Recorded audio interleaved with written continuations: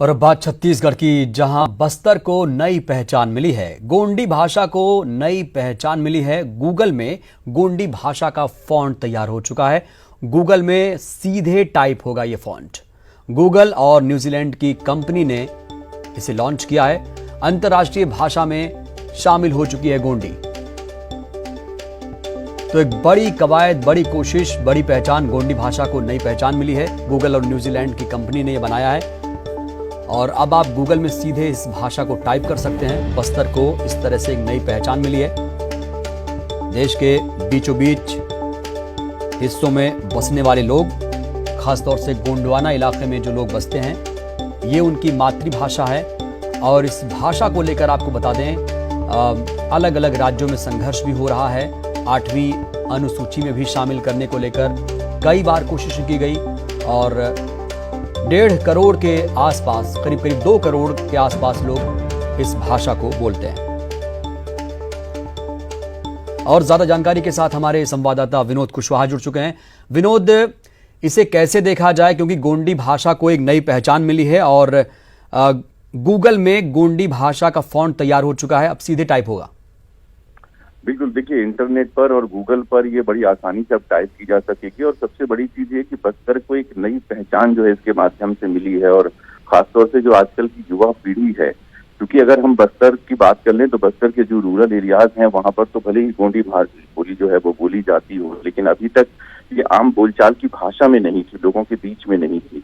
और उसे पहचान दिलाने के लिए जो बस्तर के युवा हैं वो एक प्लेटफॉर्म उनको मिल सके, वो इसकी उपयोग कर सके, तो इन तमाम चीजों में बड़ी आसानी होगी। और बस्तर की पहचान अब ये कह सकते हैं कि बल्कि 7 समुंदर पार, हालांकि संस्कृति को लेकर के बस्तर की पहचान रही है, लेकिन भाषा में जो दिक्कतें थी उन तमाम चीजों को पार करते हुए एक अलग पहचान जो है वो बस्तर ने अपनी कामयाबी के तौर पर ये कर लिया। तो ये कह सकते हैं आने वाले समय में बस्तर को एक बड़ा प्लेटफॉर्म मिलेगा। यहाँ बिल्कुल, आने वाले वक्त में बस्तर को एक बड़ा प्लेटफॉर्म, नई पहचान मिलेगी। आप बने रहिएगा हमारे साथ। विनोद, इस वक्त समाज सेवी शुभ्रांशु चौधरी साहब भी जुड़े हैं। शुभ्रांशु जी, बहुत बहुत स्वागत न्यूज़ 18 में।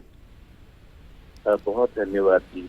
सर, आपने भी बहुत काम किया है इस भाषा के लिए, खासतौर से माओवादियों पर। आपने किताब भी एक लिखी थी और बासु, कॉल मी बासु वाली जो बुक आपने लिखी थी। और अब एक अच्छी खबर आ रही है कि अब गूगल ने, न्यूजीलैंड की कंपनी ने बस्तर को नई पहचान दी। अब सीधे गूगल में ये फॉन्ट आप टाइप कर सकते हैं, गोंडी भाषा को।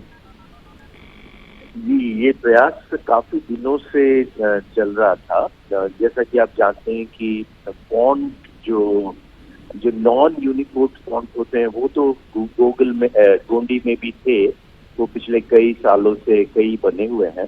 लेकिन यूनिकोड बन जाने से क्या होता है कि जैसे हम लोग आजकल हिंदी में, जैसे पहले चाणक्य और कृतिदेव इस तरह के फॉन्ट यूज करते थे, तो दोनों के पास में वही फॉन्ट हो तभी हम आपस में एक दूसरे से बात कर सकते हैं। तो वो तो पहले था। तो यूनिकोड कंसोर्टियम के पास हम लोग लगभग 3 साल पहले गए थे और उसको 1.5 साल करीब उसका ओके होने में लगा। और फिर हम लोगों को खुशी है कि गूगल जैसी कंपनी ने इसमें रुचि दिखाई। तो अब एंड्रॉइड फोन में भी जो नए फोन के वर्जन आएंगे उसमें ये यूनिकोड फॉन्ट गोंडी का डला हुआ रहेगा।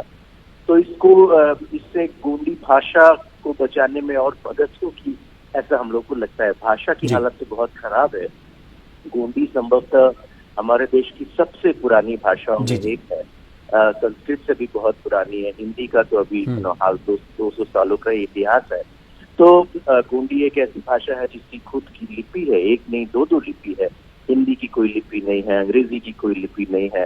तो ये हमारी समृद्धि है, ये हमारी पहचान है। बिल्कुल शुभ्रांशु जी, यहीं पर एक बड़ा सवाल खड़ा हो जाता है कि जब इतनी पुरानी भाषा है, करीब 5000 साल पुराना इसका इतिहास रहा है। मोहनजोदड़ो, हड़प्पा से लेकर ये भाषा निकली है और वहाँ से इसका भी इतिहास मिलता है। तो ऐसी क्या वजह है कि ये मातृभाषा जो व्यापक इलाके में बसे लाखों करोड़ों लोग बोलते हैं, अपनी आखिरी सांसें भी गिन रही है? अब ये तो आपने एक राजनीतिक प्रश्न पूछ दिया। हर प्रदेश, हर भाषा को राज्य मिला। मैं बंगाली हूँ, उनको बंगाल मिला, गुजरातियों को गुजरात मिला। गोंडी बोलने वाले लोगों को गोंडवाना नहीं मिला। ये प्रश्न भी फिर पूछना चाहिए।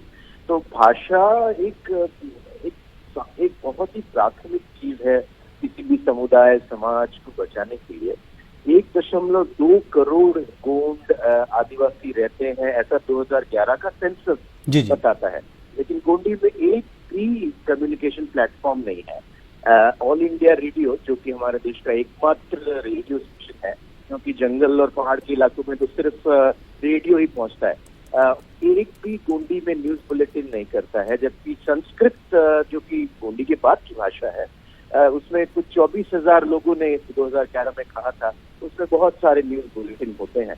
तो ये एक राजनीतिक प्रश्न है और उसी का रिपरकशन आप यहाँ पर देखते हैं कि मध्य भारत में जो माओवादी आंदोलन है, उसमें 99% लोग आदिवासी हैं और उसमें से अधिकतर 90% से ज्यादा गोंड आदिवासी हैं और उनमें से अधिकतर 90% से ज्यादा सिर्फ गोंडी भाषा जानते हैं। चलिए, 90% से ज्यादा लोग गोंडी बोलते हैं, इसके बावजूद अपनी आखिरी सांसें गिन नहीं। लेकिन ये बड़ी खबर यहाँ पर कि आप गूगल में सीधे आप इस यूनिकोड फॉन्ट को टाइप कर सकते हैं। बहुत बहुत शुक्रिया आपका शुभ्रांशु जी, बात करने के लिए न्यूज़ 18 से।